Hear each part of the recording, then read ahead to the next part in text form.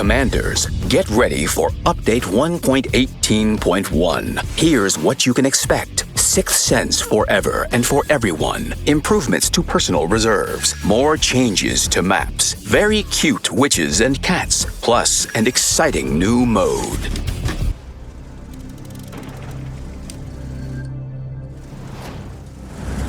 Onslaught is a brand new mode for Tier 10 vehicles. Battles take place in the 7v7 format with new mechanics and a rating system. In Onslaught, you'll need to use special skills that highlight and enhance each vehicle's role. Prepare for accelerated reloading for assault medium tanks, artillery strike for sniper medium tanks, and even hit point restoration for super heavy tanks. Each skill can only be obtained and improved in battle. You can also capture points of interest to order a reconnaissance operation on the whole map or request powerful artillery support. In Onslaught, you'll have the option to fight alone, with a friend, or in 7-person super platoons. That's right, for the first time, your entire team can form one big platoon. Solo and 2-person platoon players will still have access to the team-wide voice chat, so don't forget to enable it in your settings. Join Onslaught. Fight your way to the top. Play against equals and receive rewards, including the game's first progressive 2D style, Wing and Claw. One look at a tank's color, and you'll immediately know who's who on the battlefield. You can learn more about Onslaught and all of its features in our dedicated video, or in the article on the game portal. Now for something you've all been waiting for. Let there be light.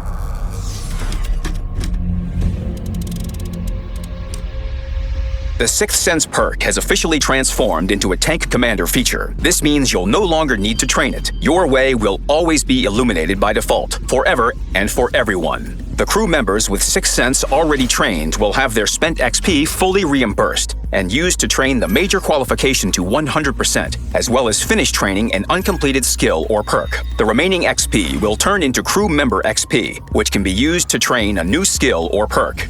If Sixth Sense was a 0 perk, you'll be able to choose a different 0 skill or perk in its place. However, you won't be able to reset the chosen 0 perk, so choose wisely. The skill and perk interface has been improved as well, with 0 perks now displayed separately. The increased focus directive that provided and improved the Sixth Sense perk will no longer be sold, but you will keep the directives you have in your depot.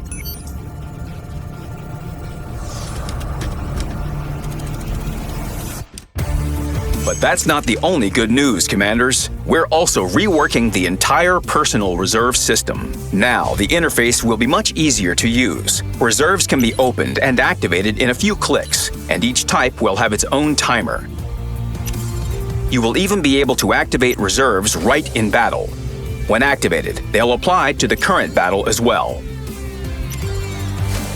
The 4 old reserve categories have turned into 3: credits, combat XP, and a combined reserve for both free and crew XP.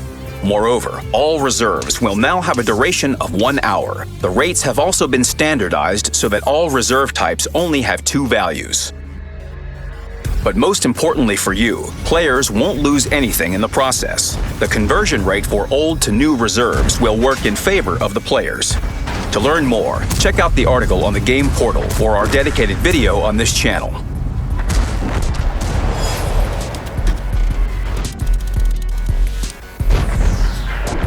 As always, we're continuing to improve our maps to boost your gaming experience. On Malinovka, the hill in Sector E7 will become less steep. It will now be easier to climb without being spotted. On the upper base, the terrain has become more even, and the village has been moved from the possible line of fire. Also, both teams will now have only 1 bush in their captured circles. New rocks were added to Sand River in Sector A6. This will allow players to ascend the hill more safely. In Sector K0, there is a new point to cross the canyon. By crossing here, it will be easier to get to enemies nesting in the rocks. The valley at the center has also changed significantly. It now features a different terrain, new positions for firing from various ranges, and new retreat routes. In addition, the valley will be much more protected against fire from flanks and TD positions. Next, Fisherman's Bay. The approach to the town from the north has become safer. Now, heavy tanks face less risk of receiving significant damage at the start of the battle. In addition, the key positions are now even more appealing for flanking maneuvers.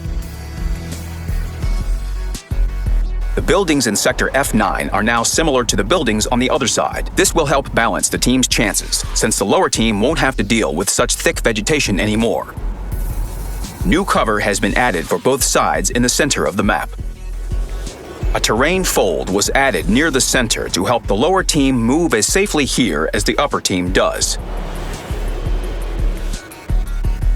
Some cover was removed from the firing position in C9 to make it less advantageous. More improvements to Himmelsdorf have also been made. On this map, the lower team has always had two ways to the hill, while the upper team has had only one. Now, the upper team will have their own safer way to retreat as well. All of these changes were inspired by your suggestions and rigorous testing. We hope you like them. That's all for Update 1.18.1. Or maybe it's just the beginning.